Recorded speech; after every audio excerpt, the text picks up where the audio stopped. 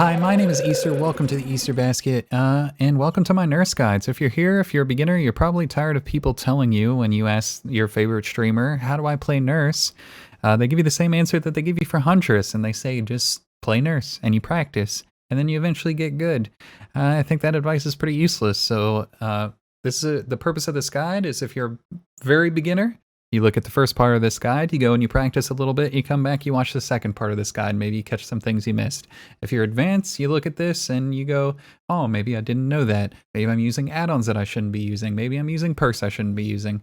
And help people really advance into getting better at Nurse, because Nurse is my baby, currently working on 200 games with her in a row, though I already have a couple hundred hours on her. I'm just trying to work on getting better with her. And so this is some of the things that I've learned, but we're going to go into this right now. Basic mechanics first. Nurse is actually slower than Survivors. Nurse's power makes you move really fast in a direction through objects. You charge the power longer, it goes further. Notice I said move fast, it's not a teleport. You can be pallet stunned mid-blink if a Survivor is a god or just really lucky. When you arrive at your first destination, there will be a brief period where you can attack, blink again, or you can do nothing and just let yourself fatigue. When you reach your final destination, based on how many times you blinked, and if you swung at somebody, you get a fatigue timer. This is where Nurse shakes her head. She has the stood up too fast vision, that sort of thing. Each blink also uses a charge, of which you have 2. Once you start fatigue, you start to recharge your blinks. So 2 small other things. Normally, lunge range is based on movement speed. However, for Nurse, your walking lunge is a little bit longer than normal, which can catch people off guard, and your blinking lunge, your post-blink lunge is shorter than it normally would be. So those are the basics. Very, very basic. So let's talk about beginner add-ons and beginner perks. So for learning with perks, I would recommend Barbecue and Chili. This is if you have access to all perks. I'd recommend Barbecue and Chili, Shadowborn, Sloppy Butcher, and Ruin, Corrupt. You can also use Nurse's Calling. But I would recommend using Gen Regression just to give you time to practice blinking. If you're brand spanking new to the game and you're working on base killer perks, since Nurse is a base killer, I would recommend Sloppy Butcher, Nurse's Calling, Agitation or Whispers if you're confident in using Whispers, and Shadowborn, which is a Wraith perk. If you discover you like Nurse and you want to take her to the next step up, pick up the Plague and grab Infectious Fright and Corrupt Intervention. Infectious Fright changes your entire playstyle. That'll be covered in the advanced section. And Corrupt Intervention is just a very good gen guarding perk. If you would like to know progression past the base killer beyond Plague, feel free to pop into my stream every Monday, Wednesday, Friday from 7 to 11. I'll help you along with that. I'd be more than happy to. Beginner add-ons. This list is going to be more stay away for beginners than what to use. So as a beginner, stay away from Toy Horse, stay away from Catatonic Boy's Treasure, stay away from Ataxic Respiration, and stay away from Flannel. So for the most part, those are all fatigue reduction perks, and those will stunt your learning of one of the fundamental aspects of playing Nurse, which is managing your fatigue. So I'd recommend slapping on a Blink Recharge add-on like Dark Cincture or Fragile Wheeze for the initial few games, so you can iterate and practice more blinks in the timer that the survivors give you, in the time that the survivors give you. If you are very, very patient, you can be Rock Lee with the leg weights on and practice with no add-ons. So Nurse with no add-ons gives you the maximum punishment when you let a survivor outplay you. But by that same token, it punishes your mistakes very harshly. So if you're somebody like me who can sometimes get a little tilted, I wouldn't recommend learning that way. But if you can remain calm, I would recommend just practicing her with no add-ons so you can really get a feel for how you should play and how you should blink. Beginner gameplay. Okay, so I'm a big believer in fundamentals and having to think about what you're doing the least amount as possible and just adding things step by step by step. So these are the base steps of how a Nurse Chase should look for a beginner.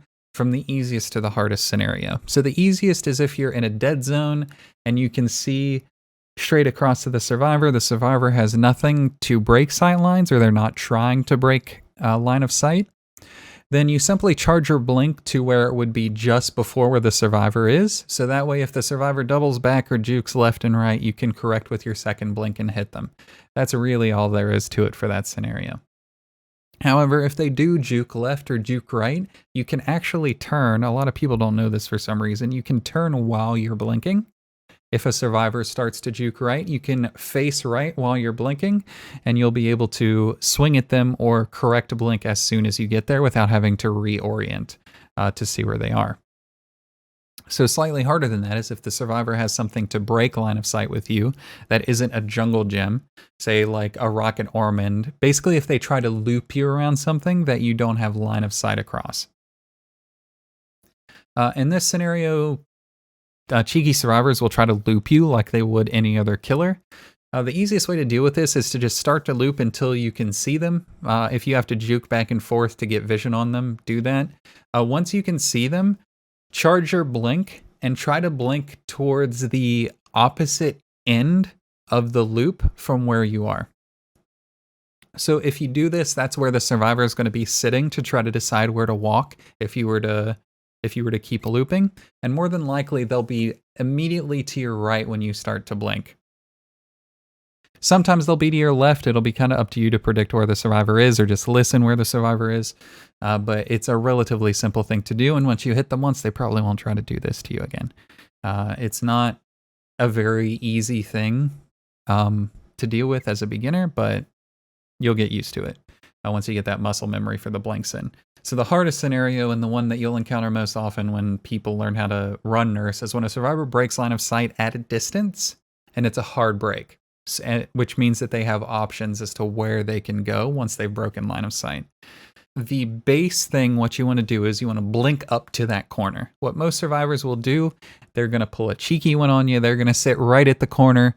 They're going to expect you to blink past. As soon as they see you blink, they're going to charge right back around that corner and run away from you. If you blink up to the corner, 9 times out of 10, you'll hit them the first time when they try to do this, and it will force them to vary up their playstyle. In other situations, they'll either keep running or they'll take one of the other options. Maybe they'll take a window, maybe they'll try to break line of sight again. So once you've arrived, you see where the survivor is, and you can choose either to blink a second time if they are in range. If they are not in range for that second blink, just fatigue, let your blink charge come back, take the shorter fatigue timer, and then blink again and try to get line of sight on them. If they are close to you and trying to break line of sight, and you know there's not a whole lot of other things that can break line of sight in the area, just walk. Walk to get line of sight on them instead of blind blinking. But overall, it's a very rote process. Blink up to the corner, get vision, blink again if you can hit them, fatigue, blink again until you have line of sight and you can correct blink and hit them. It's a very rote process. Now, the advanced part of that is in the advanced section. We'll get there. As a final tip, if you can get a hit on a survivor by just swinging if they're close to you and not blinking, do that, because that is the absolute worst case scenario, lose for a survivor. Because if you double blink and fatigue, for example, or if you swing, a survivor with sprint burst can get 16 meters in the time it takes for in their sprint burst time, right? Nurse's blink is 20 meters. So if you hit them without blinking, you immediately have 2 blinks, and you can outdistance how far they can run with their hit sprint burst and down them nearly instantly. It's absolutely brutal if a survivor allows you to do that. So these are the base scenarios. Of course, advanced, we'll get there. So advanced builds. So Nurse is actually a pretty perk flexible killer. At an extremely base level, the only required perks, in my opinion, are Barbecue and Chili and Infectious Fright for an advanced Nurse, but I would also lump Shadowboard in there as a third perk. I personally really recommend it. It is a huge quality of life buff for Nurse. And then as the fourth perk, fortunately, you can take pretty much whatever you like. You can take, survivors want to bring 4 items, you can bring Franklin's. You want generator regression, you can bring corrupt, intervention, ruin, or pop. Are you like me and you want to use just wacky stuff? I like using Devour Hope personally. Barbecue is obvious as it's just the best perk in the game for killers, or even in general. So let's talk about the other two recommended perks. All right. So Shadowborn. Shadowborn is just a usability thing for most killers. If you like the increased field of view, maybe you play a lot of FPSs, but for Nurse, it is a godsend in my opinion.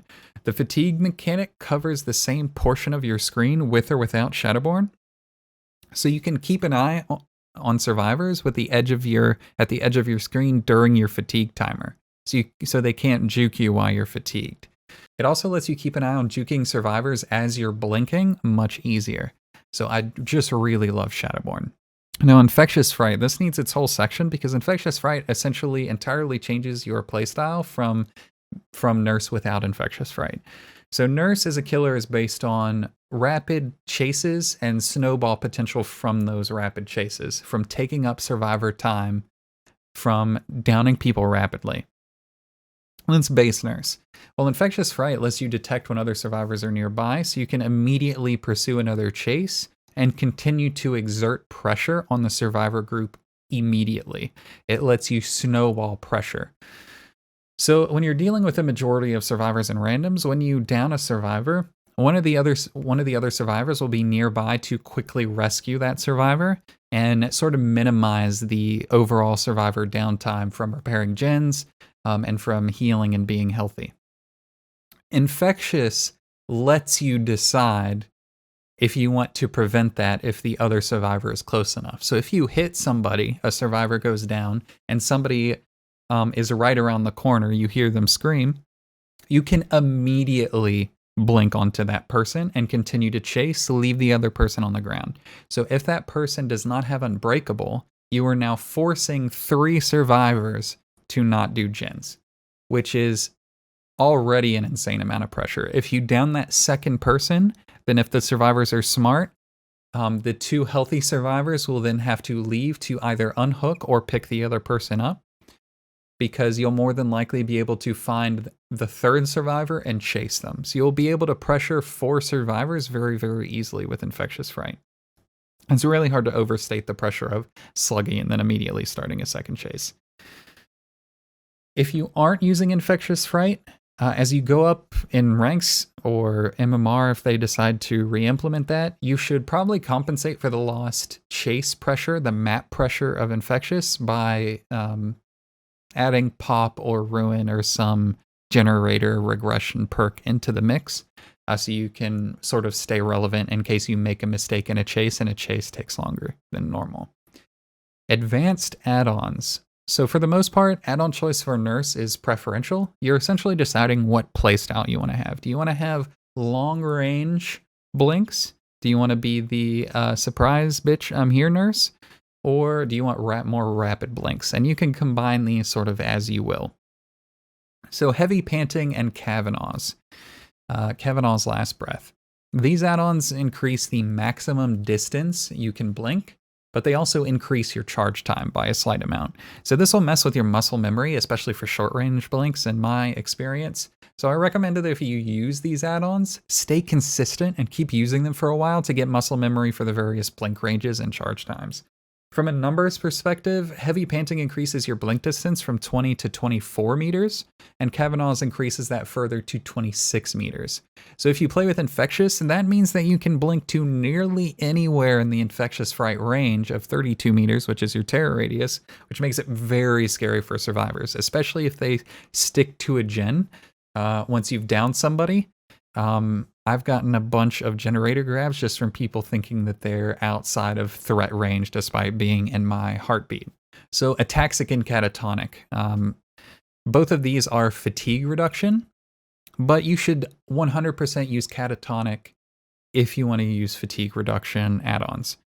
Why? Because Catatonic removes the chain blink addition to the fatigue timer entirely. So whenever you blink, the base fatigue timer for Nurse is 1 second. Each time you blink, it adds half a second to that. And a Catatonic completely removes the extra half second from your chain blink, from your second blink. Ataxic just reduces the base fatigue by 1/4 of a second. So catatonic, the majority of the time when you play Nurse, you'll be blinking twice, which means that over the course of a game, catatonic Boy's Treasure will give you much more fatigue reduction over the game than Ataxic. Next ones are Dark Cincture and Fragile Wheeze. These are the Blink Recharge add-ons. Which one you use is up to preference, as the difference for these is actually pretty minimal. However, these are my favorite because I like fast, rapid iterating blinks. Because like I said earlier, I tend to be a little bit more emotional when I play, so I like rapid chases so I don't think as much. It takes a Nurse 3 seconds to recharge a blink, and these reduce the time by 20% and 30% respectively, down to 2.4 seconds per charge if you use Dark Cincture, and 2.1 seconds per charge if you use Fragile Wheeze. This means that it's 4.8 seconds for 2 charges if you're using Dark Cincture, and 4.2 seconds per charge. So 0.6 seconds, about half a second difference in your overall blink recharge timers between add-ons. So not too bad. If a survivor's going to break line of sight in half a second, they were probably going to break line of sight anyway. That half a second's probably not going to do a whole lot for you. If you're being optimal, use Fragile Wheeze. Otherwise, both are good. Other fun add-ons. So Spoon is really good for teaching you to use your ears because it essentially gives survivors a localized Strider effect when you hit them. It makes their injured sounds a lot louder. So if survivors like to run around jungle gyms, etc., if you just have this on all the time, it's really good for identifying where survivors are and blinking based on hearing, using hearing as information. Anxious Grasp I like to use when I'm farming blood points because Nurse tends to snowball a little bit, so it's like Oni. Like Bubba, she tends to get a lot less blood points base. So I like throwing on Anxious Grasp just to get more blood points. Trash add-on. So these are which ones to avoid regardless. Wooden Horse, I don't want people to use because it teaches you bad habits by reducing the penalty when you miss hits. You shouldn't be swinging if you're going to miss a hit. So just don't use it. Pocket Watch, seriously, don't use it. Campbell's Last Breath is, I'm convinced, the worst add-on in the game because it is actively detrimental for you to use. Whenever you fully charge a blink, if you fully blink, you will then immediately half blink in the direction you're facing once you arrive. You don't get a choice over whether you use it or not. It is actively detrimental to your playstyle. Don't use it. General's Last Breath lets you teleport back whenever you blink. There's a short window where you can hit a button, teleport back to where you were. Very niche uses. If you use it, survivors will know you have it. Useless. It's a dead add-on. Both of her iridescent add-ons are exclusively for memes. Don't use those either. That's all there is to it. All right, advanced gameplay. So advanced Nurse play is essentially the same idea as advanced Trapper play or advanced Huntress play. So you're playing mental chess against the survivors. But before we get into the mental games you can kind of play, we're going to talk about a little math. Ooh. So survivors travel at 4.0 meters per second. So most guides refer to this as 100%. It's the base speed. With one blink, your Nurse's base fatigue is 1.5 seconds. And that additional blink adds then extra half a second. If you swing and miss, it adds an additional second, leaving your fatigue at 3 seconds for base Nurse if you blink twice and you miss an attack. So if a survivor is moving at 4 meters per second and you swing and you miss, that means that they're nearly at your max blink range. They're at 16 meters and your max blink range is 20 meters just by holding W. So the only really technical aspect of advanced Nurse is how you control your fatigue timer. And naturally, this can be reduced with add-ons, and the penalty for making a mistake with fatigue can be compensated for with using blink recharge or the greater blink range as well. Essentially, though, how good you are at Nurse will be largely predicated upon minimizing fatigue and making the smallest amount of mistakes possible onto the mental chess. So except maybe Huntress, Nurse relies on mind games to consistently hit good survivors. Survivors will constantly break line of sight with you if they're good, but the vast majority, good or not, will sort of unconsciously repeat patterns. Maybe some constantly juke to the left when they see you blink. Maybe some just hold W to gain the most distance once they break line of sight. And you will definitely run into the infamous always double back as you charge your blink. Most survivors you play against will not be able to resist doing the same thing against you if it works once as well. And the first thing most survivors do is double back. So if you blink at about 2/3 of a charge on first blink on a survivor, I would say like 60% of the time you'll just get a free first hit on each of the survivors once if you do that. So if you blink, once you hit a survivor, they will also sort of mentally remove whatever juke option they just took from their repertoire. Most survivors will do that. So if they run up on a corner and they say last time they tried to double back around the corner, maybe this time you blink across the corner and you try to catch them, you guess. So you don't have to compensate for the second blink. Maybe you get a free hit. That's another sort of mind game you can play, though it really depends on which options they can take. So if they have two options and you hit them with one of those options last time, then they're reduced to one option that they will more than likely take. So if they're a good survivor, however, if you're playing against Uncharted, if you're playing against Fun Goose, they will constantly vary what they do against Nurse, and you have to pressure them.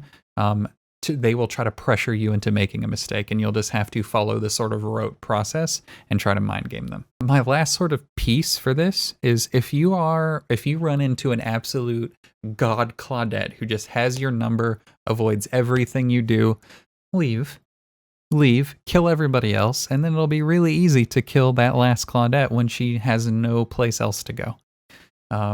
That's the last tidbit I'm going to leave you with. As you get better in the mechanics of Nurse becomes second nature, just lean more on the observation of survivors and dissect their patterns. That's going to be really the key to what you do as a more advanced Nurse.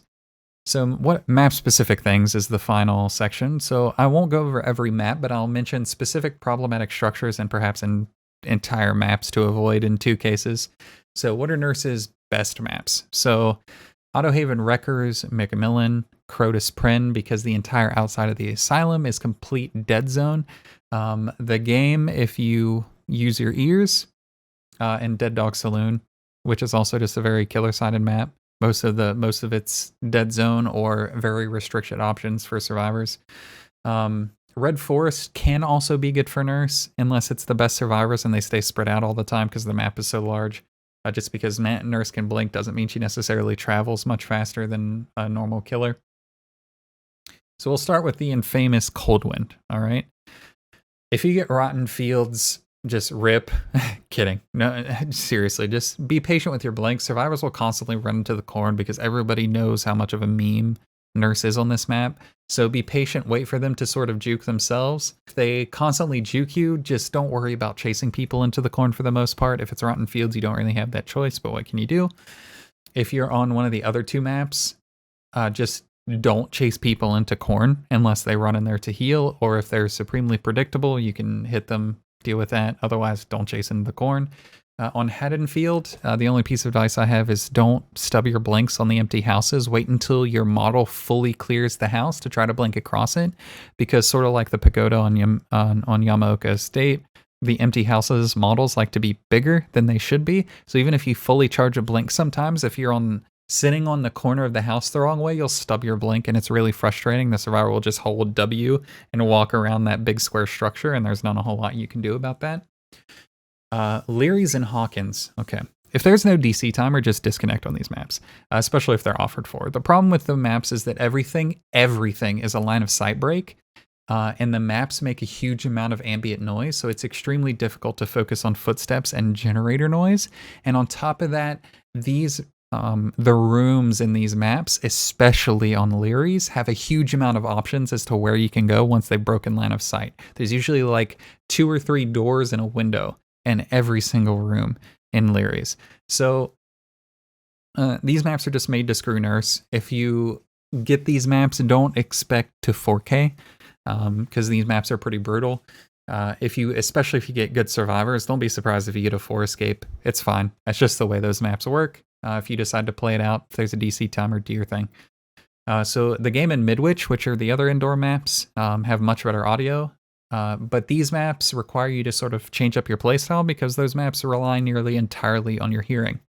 Do you hear survivors healing above you or below you, you can just snap blick down, hit them, no problem. And footsteps are very audible on these maps. The audio occlusion is much better than on Leary's in the game because the native sound is garbage on those other two maps. On Badham Preschool, and this applies again to Haddonfield for the House of Pain as well. So survivors will just hump the hell out of the House of Pain and the school because those are the only two really usable structures on the entire map. So in the House of Pain, learn how to teleport to the pallet junction. Doesn't matter which side, from anywhere around the house. If you hit a survivor there, good. If not, don't chase them around it. Leave. If they stay around the house, just leave. Do not try to chase somebody around the house. Same with the school. If they run into it and you don't immediately get a hit on them when you try to blink through, leave. Those structures are just made to screw with killers, and they're really hard to get hits inside. Next, Yamaoka Estate. Both versions. Immerse survivors on these maps will probably give you the most trouble because of all the foliage, and the hitboxes of objects on these maps are broken. You'll have to practice on these maps to get used to not stubbing blinks against the pavilion, the various rocks with the weird bamboo bushes that sometimes have collision and sometimes don't. If you have a patient friend who doesn't mind AFKing and kill your friend's match for like 10-15 minutes for you to practice blinking against these structures and small loops, I would highly recommend that. Ormond, so smart survivors will try to abuse the many options of running into the building and the line of sight breaks of the major building. However, if you learn this map, even the central building is a pretty free cell for Nurse. Outside, you have line of sight nearly everywhere on Ormond. Ormond is, while it's bad for most killers, as long as you protect gens that are relatively close together, it is a free win on Nurse.